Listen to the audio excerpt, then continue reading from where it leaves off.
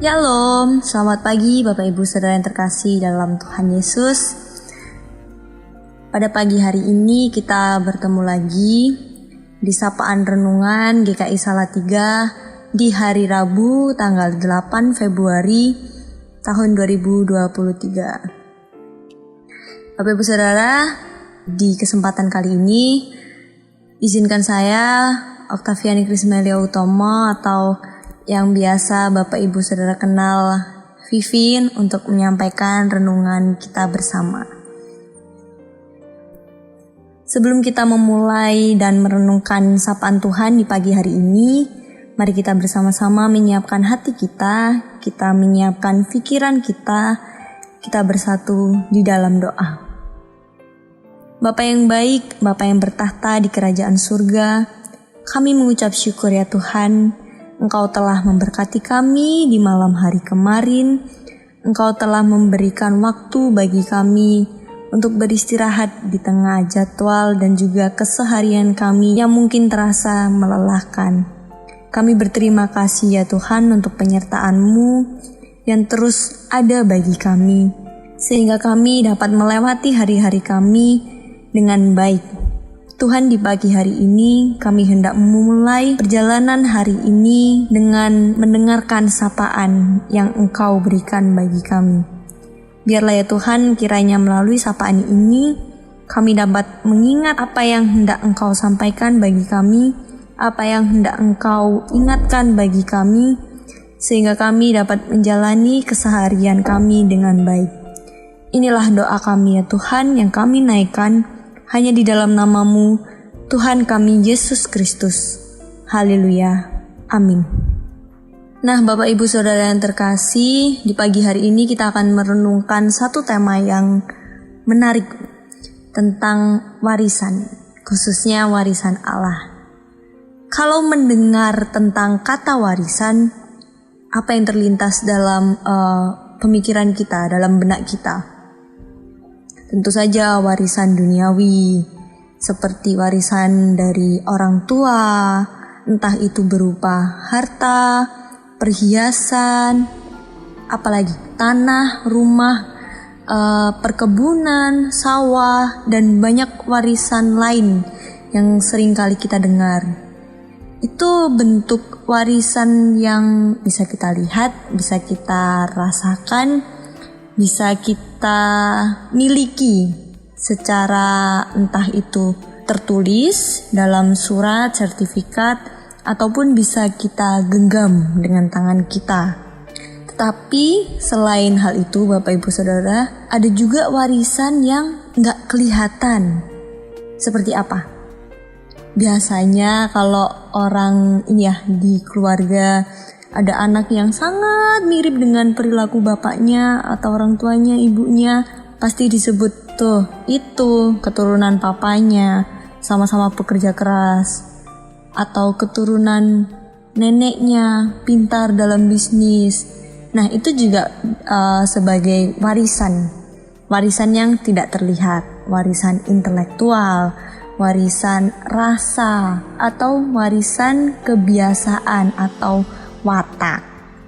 Nah, itu adalah warisan-warisan duniawi yang bisa kita rasakan, bisa kita lihat bersama-sama, dan itu sepertinya pasti ada dalam setiap kehidupan manusia.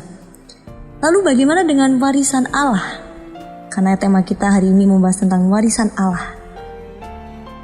Bapak Ibu Saudara yang terkasih, warisan Allah adalah, bisa ditebak, mungkin yang terlintas adalah kasih. Ya, nilai-nilai kebaikan Yesus, teladan Yesus. Ya, tapi di saat ini kita hendak melihat warisan Allah yang selalu ada menyertai kita. Apa itu warisan Allah dalam kehidupan kita? Warisan Allah dalam kehidupan kita adalah Roh Kudus. Bagaimana yang tertulis dalam Kitab Yohanes pasal yang ke-14 ayatnya yang ke-25 hingga 27. Persilakan saya membacakan untuk kita semua. Yohanes 14 ayat 25 hingga 27. Semuanya itu kukatakan kepadamu, selagi aku bersama-sama dengan kamu. Tetapi penghibur yaitu Roh Kudus yang akan diutus oleh Bapa dalam namaku, dialah yang akan mengajarkan segala sesuatu kepadamu dan akan mengingatkan kamu akan semua yang telah kukatakan kepadamu.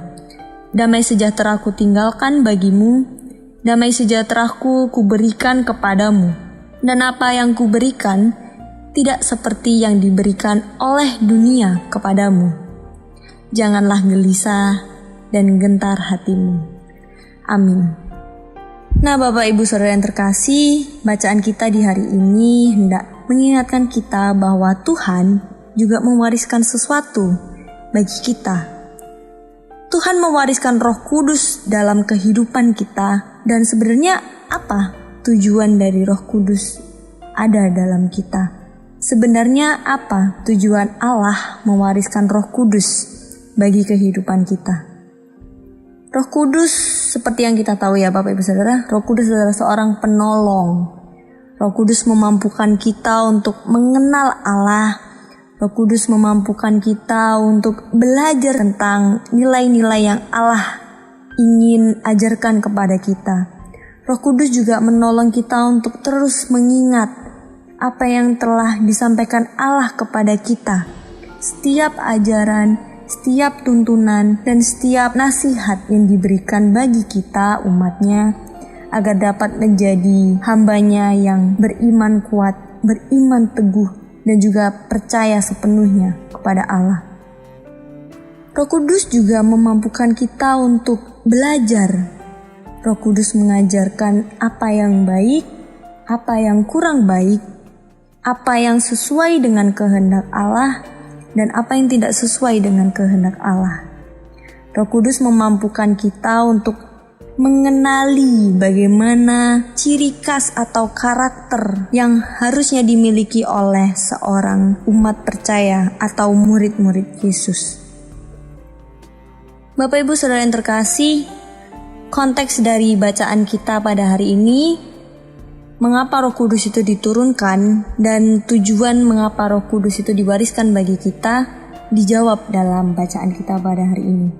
Pesan yang Yesus sampaikan kepada murid-muridnya di kala itu, yakni Yesus menjanjikan bahwa ada penghibur, yaitu Roh Kudus, yang akan diutus oleh Bapa dalam namaku adalah untuk menemani setiap murid-murid Yesus yang terus melakukan perjalanannya, bahkan ketika Yesus nantinya akan disalibkan, mati, dan bangkit kembali ke sorga. Tuhan Yesus mewariskan Roh Kudus untuk menyertai murid-murid, karena ketika Yesus tidak ada lagi di dunia, Yesus mengirimkan Roh Kudus untuk menemani setiap perjalanan murid-murid. Demikian juga kita, Bapak Ibu Saudara, yang di kehidupan kali ini kita sama sekali tidak mengenal Yesus secara fisik. Kita tidak melihat bagaimana rupa Yesus, apa saja yang dilakukan Yesus secara empiris melalui pengalaman indera kita. Tetapi kita tetap bisa mengenal Yesus. Itu semua karena penyertaan Roh Kudus dalam kehidupan kita. Roh Kudus yang memampukan kita untuk mengenal Yesus, Tuhan kita. Oleh karena itu, Bapak Ibu Saudara yang terkasih, renungan kita di pagi hari ini hendak menyapa kita, mengingatkan kita bahwa ada Roh Kudus, ada warisan Allah yang melekat di dalam kehidupan beriman kita. Warisan Allah yang merupakan warisan yang tidak terlihat ini, Bapak Ibu Saudara, bisa sangat kita rasakan dengan hati, dengan jiwa kita, karena Roh Kudus juga membawa damai sejahtera. Damai sejahtera Yesus yang diberikan bagi kita tidak seperti yang kita terima dari dunia. Damai sejahtera yang ditinggalkan Yesus bagi kita adalah damai sejahtera yang mutlak, yang sempurna, yang murni. Dan oleh karena itu, Janganlah kita merasa gelisah. Janganlah kita merasa gentar. Mungkin pencobaan atau pergumulan atau tantangan hidup kita yang sedang kita alami atau sudah kita alami atau mungkin akan kita alami sepertinya terasa sangat berat. Karena kita tidak pernah tahu bagaimana tantangan itu datang, bagaimana pencobaan itu rupanya seperti apa, sulitnya seperti apa, kita tidak pernah tahu. Tetapi karena kita tahu, kita mengingat bahwa ada Roh Kudus yang diberikan bagi kita, maka kita tidak perlu khawatir, kita tidak perlu takut.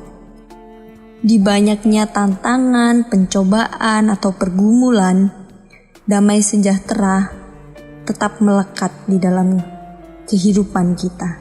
Karena apa yang diwariskan Allah adalah warisan yang abadi, bukan yang sementara.